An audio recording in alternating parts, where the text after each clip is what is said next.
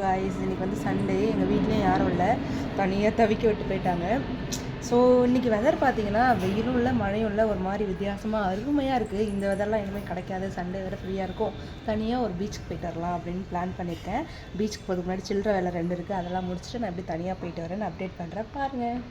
என்னோடய ஹேர் வந்து ரொம்ப வெட்டாக இருக்கிறதுனால என்னமோ ஃபேஸ்லாம் ஒரு மாதிரி இருக்குது.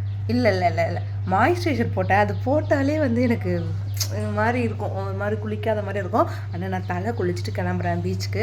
பீச்சுக்கு போகிறதுக்கு முன்னாடி 2 சில்லற வேலை இருக்குனால, வேலை என்னென்னா என் ஐப்ரோஸ் நல்லா பாருங்கள். ஏன்னா 2ம் வந்து இப்படி ஜாயிண்ட் ஆகும். க்ளோஸ்அப்பில் பார்த்து பயந்துட்டிங்களா?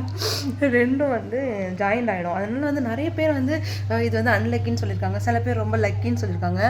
எது எப்படியோ, ஆனால் எனக்கு வந்து இப்போது ஜாயிண்டாக இருக்கிறது வந்து பிடிக்கவே இல்லை. அதனால் ஃபஸ்ட்டு நான் த்ரெட்டிங் பண்ணிவிட்டு அப்புறமா வந்து பீச் போக போகிறேன்.